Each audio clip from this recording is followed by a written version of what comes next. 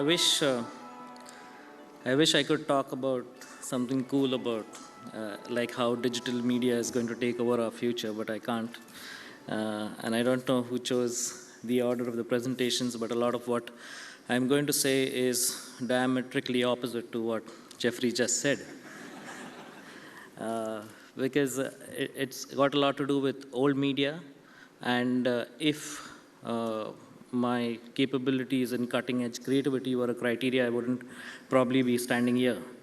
I am here because over the last 3 years, I have been an eyewitness to one of the most fascinating turns the journey of a brand could take in any market, leave alone a market as turbulent as India. And the brand we're talking about is the Times of India, which is the world's largest read English newspaper. And it actually started about 3 years ago, and most of you are familiar with, or some of you are familiar with the Lead India case study that you just saw. But I can stand here today with my hand on my heart and tell you that it was a remarkable series of coincidences, accidents, and plain blind luck that led to the campaign turning out the way it was, and therefore the journey of a brand going where it goes today. So let me tell you about what happened around Christmas in 2006. We got the worst Christmas present ever a creative department could ever get on the 27th of December, which was a brief. Okay, and it was an innocuous looking brief at that time, because till then the Times of India would do conventional advertising for a newspaper, large scale productions, and we would be over and done with. And this was a brief for a 60cc ad in the newspaper that said India is about to enter its 60th year of independence, which we didn't know, so we counted and said, shit, it is the 60th year. Whoever thought of this one, who counts? Okay, so it went down to the creative department and to the junior most team, because everybody was wanting to just wrap up and go off for the Christmas vacations, and all they wanted was a 60cc ad about, I don't know, just say India's entering the 60th year of independence. And that morning on the 26th, I think we sat down for a kind of group meeting, because the idea is to try and finish up everything so that you don't have to stay back. And this pesky little thing came up which is not finished yet. And a lot of us sat down and said, let's try and crack it right now and finish it so that we can all go off. And we had a fight, because some people said, this is it, we are going to conquer the world, we have arrived. And some people said, it's bullshit, we are nowhere, we're going to die tomorrow. We're all going around in circles. So I said, look, let me try and call up the client and ask him what exactly does he want to do with this press ad. And I called up the client, and he said the usual things, but he said one thing which really stuck out, which he said, be on the cusp of history. This is the point where we could go forward and build on what we have, or probably go back and regress into what we always feared we would become. And it's a tribute probably to a democratic process that we have this opportunity and we will never have it again. He also said that there is a story, and I don't know whether it's true, that when it was inevitable that India was going to get independence, and Winston Churchill was asked by his aide as to what form of government we would give the new republic. He's supposed to have said, give the bastards democracy, let them kill themselves. So when I went back to the office and I said, okay, calm down, I'm going to write you what I think the client has in mind. So it's kind of sort of a loose brief, and I'm going to give it to you and see what you can work out of it. And so therefore, when I wrote it down, I didn't really think about length or the fact that it was an ad. I just wrote everything that came to my mind about what I felt the ad should communicate. And I gave it to the creative team, and they came back 2 days later and said, this is not a brief, you can't make an ad out of this. This is just a lot of words. And it was titled India versus India. So I said, hold on, let me just check with the client if they agree with this, because we could be doing something and be here all Christmas. So I sent it to the client and said, more or less, this is the kind of thing we're working on. And they came back, I think 2 days later, and I can't remember, but I think they said, we have no time, let's just run this. So I said, this is the brief. So can I make it shorter because it can't be an ad. There's no pictures. This is a whole series of words. I said, no, we just run this. It's okay. So, it's okay. So I think at the back of my mind, I was relieved and said, okay. I went back to everybody and said, problem solved. Everybody goes home for holidays. They are running the brief. So nobody questioned it. But on the 28th, the client called and said, the editor read it and he wants to run it on the front page. So I said, okay, great, put it on the front page. So he said, no, not put it on the front page. It is the front page. So I said, oh, wait, let me check it because I don't think I thought about what I was writing. This is a true story. It was not funny then. So I check it and I say, can I change a few things? No, don't change anything, let it go. On the 28th, I get a call from them saying, can we get a cameraman and a director? So I say, why? He said, a reporter from the Times of India has been going around getting sound bites, asking famous personalities for a message they would like to give the nation on the 60th year of independence. And one of the guys they approached was this big demigod of the Indian film industry called Mr. Amitabh Bachchan. And the reporter happened to have the ad in his hand, probably to help him prompt with the questions. And the man, to his credit, or probably another accident, said, I'll just read this thing out. I won't give you a soundbite. Sounds interesting enough. I'll read it out. He probably thought he'll get 2.5 minutes on television as opposed to 5 seconds of everybody else. And he charges, millions by the second for conventional endorsements. So they came and said, he's ready to do this, and can you find a camera? I don't know any director or cameraman who's going to do this. So when I told him we don't have a director, he said, I'm shooting a movie now. I'll ask the director to shoot it for us. So I was sitting on the 29th with this movie director saying, I didn't get you into this, I'm sorry. It was not my, So he said, do you have any ideas? He said, I don't know, I just think we should make it in black and white. And there was at that point in time, an unfinished sea link bridge, a huge mammoth thing that went over the sea, which had stopped midway because of environmental concerns. And I said, maybe if we shoot it on that bridge, it will kind of be symbolic about, one India versus the other India. Anyway, we don't have time and we don't have a location. All we have is an idea that says black and white. So there we were on the morning of the 29th with this big actor and lots of security. But to his credit, he took a few hours and probably delivered it in a few takes. And on the 1st of January, it went on air. And there were mixed reactions, a press ad on TV, somebody reciting body copy, it's a speech, what is this? But then somebody actually uploaded it onto YouTube, I think. And in about 15 or 20 days, there were large groups of very argumentative Indians from across the world arguing about this ad. Okay, about whether it's right, whether it's wrong, people writing their own versions of the ad. By the end of January, there was a rock band, very famous music band, who came and said, we'll do an anthem about it. And then a lyricist said, I'll write the anthem. I think he's the guy who wrote the song for Slumdog Millionaire eventually. So they made a video and they put it on air. More people started putting anthems on air, more arguments, more debates. By about, I think, April, the client said, look, we've got this whole flood of feedback coming through. We can't let it go to waste. Maybe we do something about it. So far, there's been no talk about Lead India. There's been no talk about it. It's just this ad about 60 years of independence. So around August, we all met together and said, what do we do with this now? We've got, these millions of Indians all over the world trying and debating about what India should do in the 60th year. And in that brainstorm, out of the many ideas, there was one idea which said, what if we allow people who are talking about it, call their bluff and give them an opportunity to do what they're talking about, to be the change in a way. And what if we start by giving them an opportunity to be the change? And so this idea of creating a parallel electoral process which selected people from within people who circumvented the conventional party politics that you need to go through to represent some form of government. What if we allowed them via media to do this? So I said, you're not going to be allowed to do this. The politicians are going to stop it because it makes something that they are doing unpopular and something else. As usual, I was wrong. The politicians wanted to be part of it. In every show, they wanted to, so we had everybody from the finance minister to the chief minister wanting to be part of it. And, but it ran on for one whole year. At some point, a whole host of celebrities acted in it for free. Believe you me, I was being chased by celebrities to write them a lead India script, and I had no scripts to give them.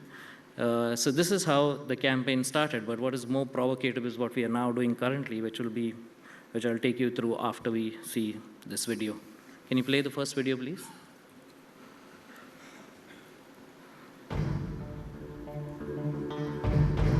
This is the story of the Times of India, the world's biggest English language newspaper, starting a mass movement of political and social change in the world's largest democracy. The idea was to light a fire that we fanned and fueled over the next several months through press, internet, and television advertising, coupled with all manner of public demonstrations, television content programming, news coverage, speech making, and voting. It was a call for a new generation of leadership in a country of 1 billion people.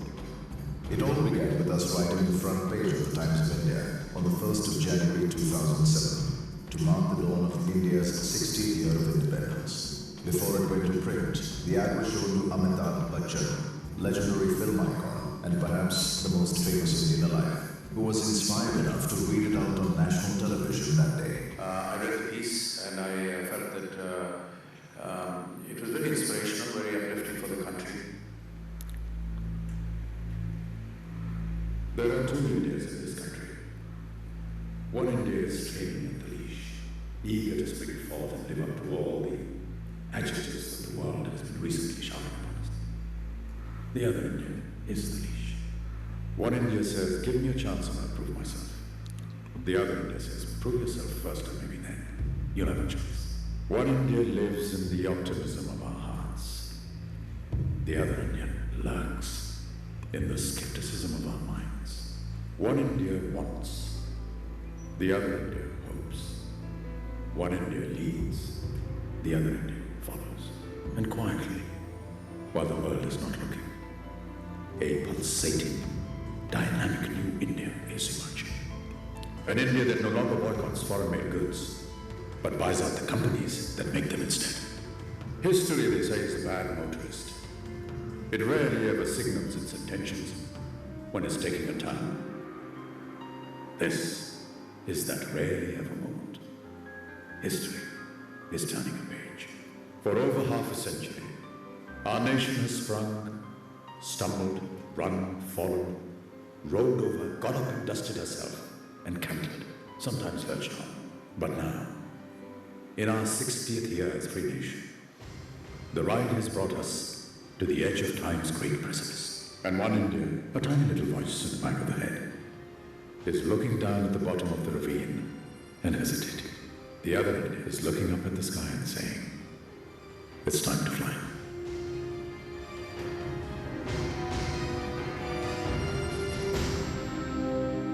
Almost overnight, this single ad was downloaded millions of times, triggering off a massive public debate that spilled out onto the streets and in mainstream media, gathering momentum and arousing opinions along the way. So overwhelming was the feedback that we simply had to harness the simmering undercurrent into a nationwide call for action. It was time to launch the next phase of the Times of India campaign and empower normal citizens to stop talking about issues and start doing something about them instead. Politicians are not the only agency through which we can want change. All citizens in a democracy become active participants, not passive recipients of what the politicians do. Lead India was a clarion call for the next generation of political leaders to pick up the reins of the world's largest democracy. And to launch it, we wrote the front page of the Times of India once again. But this time, the box office mogul of the Indian film industry, Shah Rukh Khan, stepped up to the cause on India's Independence Day. How are we going to turn a land of philosophers into a nation of doers? Are we going to keep thinking about what we should be doing or do something about what we are thinking? Are we going to simply shrug our shoulders and blame our infrastructure, our bureaucracy, and our political system? Or are we going to roll up our sleeves, get up, and actually do something about it?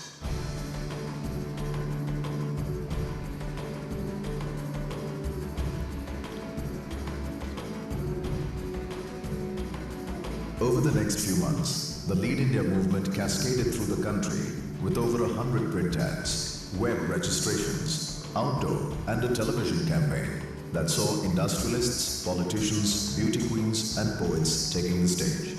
More than 34,000 citizens stepped forward as future political leaders. They were filtered down to 24 and then finally to 8 through a rigorous session of interviews, debates, group discussions and eventually public voting through SMS. Doesn't matter who becomes the leader, any one of you, but if you make a difference to them, that matters.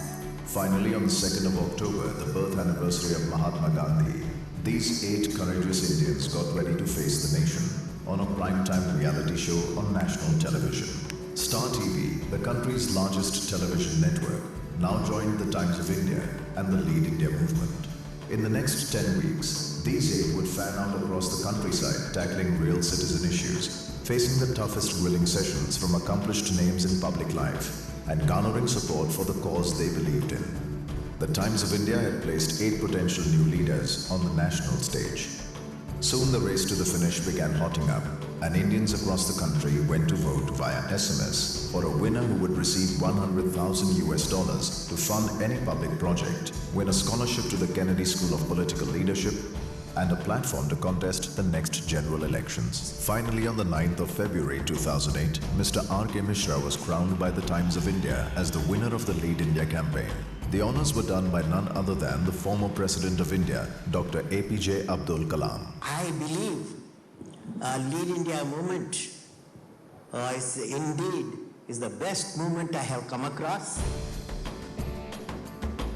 And so, a campaign that started as one single ad for a newspaper ended up championing the cause for change and fresh leadership in a democracy that's 4 times the size of the USA. Today, all 8 candidates have taken the stage in public life, and the Times of India may have well helped unearth the country's next Prime Minister.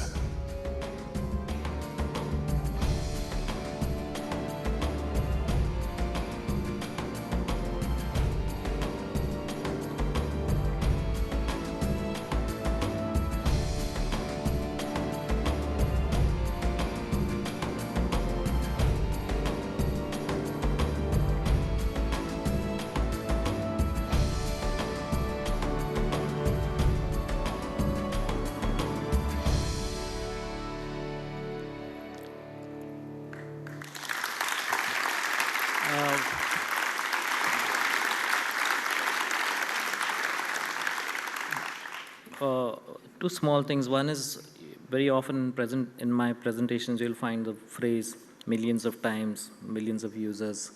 It's not a turn of phrase. With our population, millions means millions. And the other thing is when I went with all the material I had to Craig, much like the country and the campaign, it was all over the place. So, we just had this monstrous body of work. And I think I'd like to thank Craig today actually for helping us put it all together, because otherwise it would have been in no coherent form. The next year after this, obviously having tasted blood, the next big question is what now do we do for the country? And we had several brainstorming sessions in which one of the things that came up was literacy or education in India.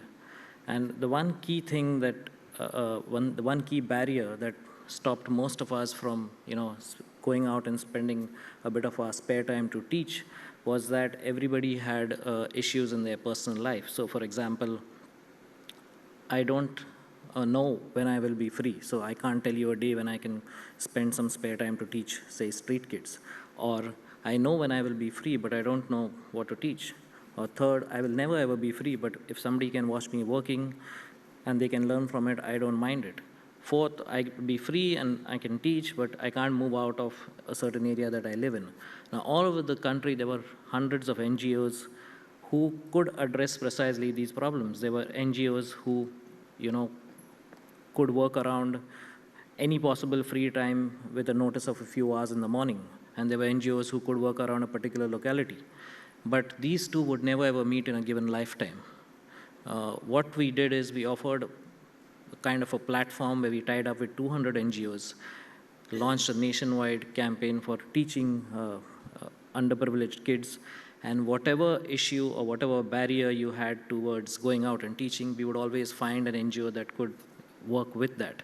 So there was no possible way in which you could, unless you say, I just hate teaching, I don't want to do it, you could find no possible way you could find to get out of a situation like that.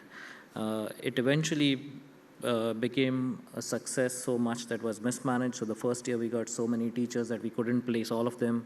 So we had to break it down eventually, and now it still runs from city to city as a broken down version rather than an all India version like it was in the first year. And eventually went on to become, I think, the biggest literacy program in history, and tied up with the UN to do this. So I think it's important to see the transition of the journey, or the transition of a brand on its journey, to have this as the interim phase before we move to the next one, which right now is probably the most controversial campaign running in India. So can you play the next video for Teach India, please?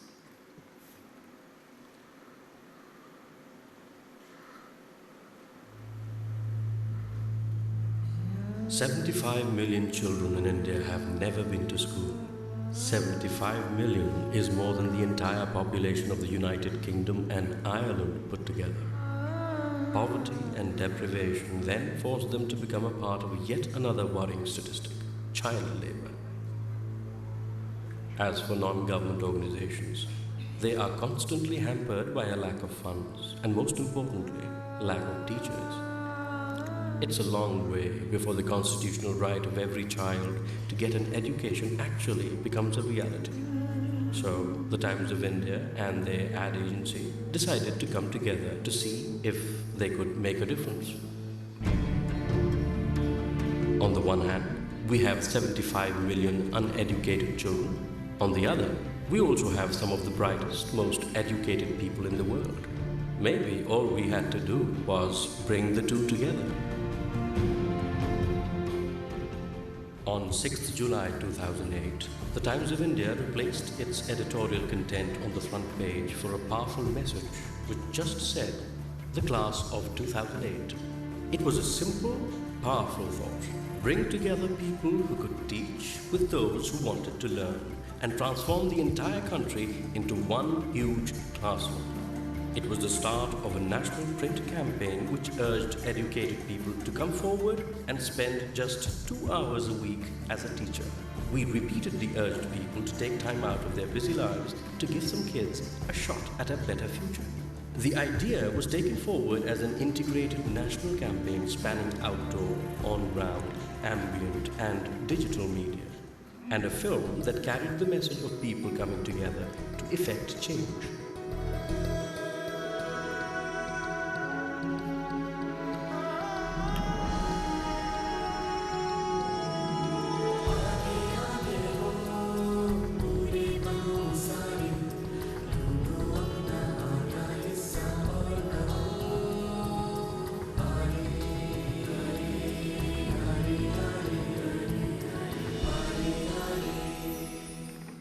We asked principals to help us out by providing students and classrooms from their school.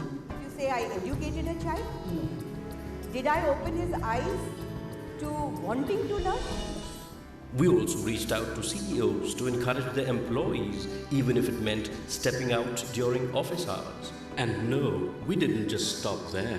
Using the centuries-old Indian traditional street plays to raise awareness, we took the classroom out of school and into public spaces. We hope that this campaign will be more successful, and we hope that not just 1,000 but maybe 2,000 people are willing and able and wanting to come in with us and work with us. Barely 2 weeks into the campaign, more than 10,000 people had signed up for the cause, including noted actor-activist Amir Khan. A program like this which invites people like us to take part in a small way in getting involved in the process of education will go a long way in sensitizing us. Within 2 months, volunteers had swelled to over 40,000. Social commentators, columnists, and other journalists picked up the story and gave it widespread coverage in the national media. Teach India is an incredibly important concept. You do make a difference as one person, but thousands of people together can make a really significant difference. 6 months into the campaign, we had over 100,000 volunteer teachers. Teach India had become the largest educational initiative in the world, ever undertaken by any single brand. The response was so overwhelming that hundreds of eager volunteers had to be waitlisted. Non-government organizations had more teachers than they could handle. Today, there are classrooms in over 100 of India's leading NGOs and at times on street corners and playgrounds. Some volunteers are even conducting classes in their own houses. With the help of their ad agency, India's largest newspaper has gone beyond just reporting the news and is now helping to make a difference. Teach India has already touched the lives of over 2 million children, but it's a movement that is far from over. In fact, this class has just begun.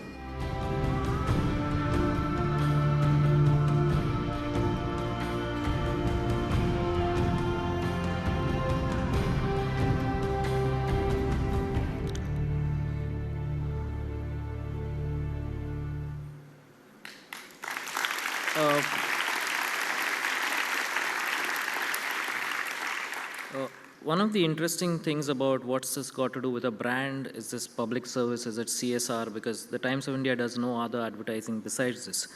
And at one point, I was talking to the very senior managing partner of the Times of India and said, why are we doing this? People are not going to buy more newspapers or read more newspapers because we do this. And he said something very interesting. He said, of course, people are not going to buy more newspapers because we do this, but if there are 10 guys waiting to interview the Prime Minister, he's going to call in the Times of India guy first. So what we are really building is credibility, because a newspaper's intellectual property cannot be glossy paper, it cannot be better printing, it cannot be the news that comes you first. It's only ever going to be credibility. And if in doing that we can do some good and it helps us become the voice of the country, that works for us fine. So don't worry about it. At that point in time, there was a feeling that most of the causes we are undertaking, meaning 2 of them, were getting fairly jingoistic and patriotic rather than something that provokes public debate, which was the original reason why we had started out with Lead India. And when we brainstormed last year, we thought it was time to take a stand for a brand where doesn't necessarily create a safe campaign that everybody agrees with, but at least provokes a public debate about something that some people agree with and some people don't. So we started out on a campaign that I was convinced the Times of India would not have the guts to run, but it's now running for 1.5 years in the face of very strong opposition from some fundamentalist quarters in India. And it was launched around the anniversary of the terror attacks in Mumbai by forces of terror. And obviously at that point in time, like in any normal situation, half the country said we should just go to war with Pakistan and end it once and for all. And at that point in time, for a newspaper to launch a front page around the anniversary of the Mumbai terror attacks, where the headline said, "Love Pakistan." And it was not about loving Pakistan, but it was why we as Indians are so uncomfortable at seeing these 2 words side by side in the same sentence. You normally associate other words along with the word Pakistan in India and not love. And why is it so? Why is it such a problem accepting it? I don't think, like many people in India think, and we did get a lot of opposition to it. At one point, we had to actually hide the fact that we were doing the campaign when it started. When the campaign did start, so raw was the emotion that I had to call people in the office and speak to them, because a lot of them didn't want to work on the campaign at all. But the idea was not to condone terror or to condone the forces of fundamentalist jingoism. The idea was to open up a debate for peace rather than a rabid discussion for war. And if we could do that, if we could get people say, why not peace or why have peace, at least that's a beginning, because right now we're having people say, why war or why not have war. Eventually, it snowballed into a campaign where culturally we are so similar that we started getting, organizing music festivals in the country and getting musicians and performers from across the border working with their visas, getting them into cities like Bombay, performing to packed crowds under a lot of security. And I still remember the first concert I went to. There were people who had put up large posters of the people who had lost their lives in the Bombay terror attacks to dissuade people from going. And we had to have security and cover for the Pakistani artists. We then had literary festivals all over India, food festivals. And what's not on the AV is last month, as we spoke, we had the third business and trade meet between captains of industry on both sides in New Delhi, with the finance minister of India attending it, and for them to work out their trade differences so that we could actually put our money where our mouth is and say, can we have a business partnership with countries in Pakistan? It's now running, the verdict is out, the jury is out on whether we should be doing it or not, whether we should have done it or not. But I think for a newspaper brand that would like to provoke debate in the public space, nobody expected them to pull off a campaign like this after having done a seemingly safe campaign like Lead India. But this is what they have done, and I think I've just been lucky to have been associated with it, because it's not a campaign that you put in your book, it's a campaign that you probably write a book about when you retire. So can you play the next video, please?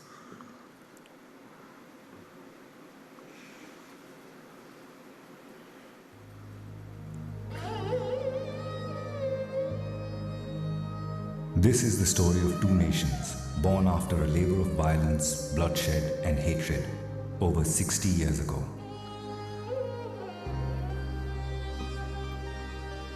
The first anniversary of the Mumbai terror attacks last year saw India-Pakistan hatred at its peak. With the subcontinent seething on the verge of a catastrophic confrontation, the Times of India joined hands with Pakistan's Jung Group in a historic first for a daring new initiative. The idea was to launch a courageous cross-border people-to-people movement through print, television, radio, internet, mass live events, and citizen activation. And this is how it unfolded. On 1st January 2010, the world's largest English newspaper put out possibly the most courageous front page in the history of Indian media. Love and Pakistan, after what happened in Mumbai, as an incredulous nation woke up to the audacity of those simple, brave words that stood defiantly against the jingoism of war, Aman Ki Asha was born. Our Times of India initiative, Aman Ki Asha, aims at bridging the gap and bringing peace between India and Pakistan. The start of a new year, it's also the start of a new, very different kind of initiative between the Times of India, which is India's most respected and largest media group, and Pakistan's largest, very influential media group, the Jung Group, both coming together to launch Aman Ki Asha. Such a welcome thing that somebody else is doing with the whole of the country, which I was all the time wishing and doing it individually. We have to, in the subcontinent, have to realize that we sink and sail together. Our cultures are so similar, we are almost the same people. Our language, what we eat, what we like. 4 word है. पहला दिल दिल हाँ खोलना फूल खिलते हैं गुलशन नहीं शाहरुख खान की पिक्चर है. दूसरा वर्ड दूसरा शर्माती है हीरोइन शर्माती है हीरोइन दुल्हन है चली जाती भाग जाते घोड़े पे भगा लेता हीरो का दिल दुल्हन जाना जाएंगे मिल गया. और मंजीत रेडियो स्टेशन को फोन लगा जल्दी. ऑल इंडिया रेडियो एक फरमाइश है. आप सुन रहे हैं ऑल इंडिया रेडियो का रंगारंग कार्यक्रम. अगली फरमाइश दिलवाले दुल्हनिया ले जाएंगे. नजर में रहते हो जब तुम नजर नहीं आते, ये सुर मिलाते हैं जब तुम इधर नहीं आते, ये सुर बुलाते हैं जब तुम इधर नहीं आते. Now, Aman Ki Asha is an Indo-Pak peace project, a project which brings together the media, literatures, cultural personalities, thinkers, writers, all coming together in a different kind of interchange. The whole attempt is to make sure that people on both sides of the border look at the other side differently. Almost immediately, online communities sprung up as media spaces were swamped with a burning debate about peace over irrational hatred.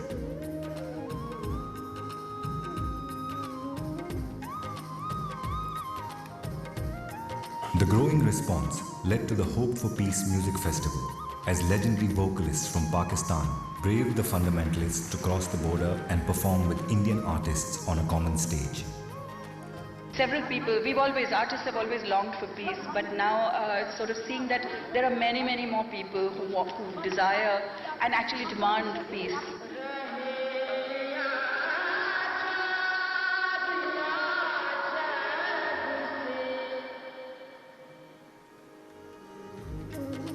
And soon a literary festival and a food festival saw eminent Pakistani writers, journalists and playwrights sharing the dais.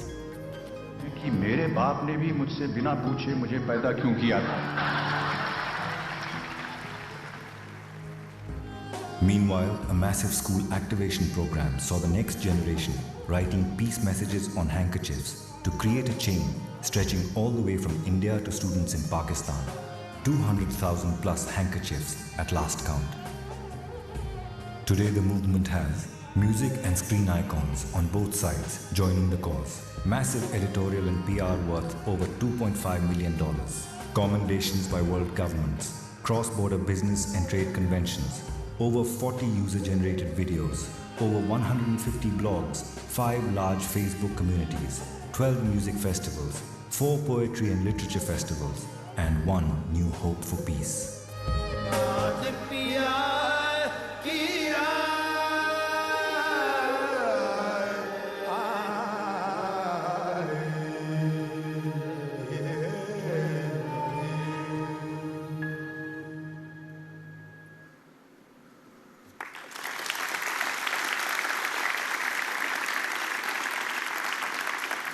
For those who didn't get the commercial, All India Radio goes on both sides of the border, and obviously Bollywood songs are popular on both sides. So it has a Pathan tribesman on that side of the border playing a game Dum Charade so that people on the Indian side of the border can request for the song he wants to hear on it, on the radio that he gets. That's the end of my presentation. This is the campaign that's going on currently. If you Google it, you will find a lot of good things about it. You will find a lot of hate mail. Most of it comes at about 45-minute window at about 1 o'clock in the night. We don't know where this campaign will go now, but this year we've had Hindu musicians performing at the most revered Muslim holy shrine in Rajasthan. And while there will continue to be opposition from fundamentalist forces in the country for the campaign, a simple answer to most of them is that we've already had 2 wars and won both. It doesn't solve anything. So, thanks a lot.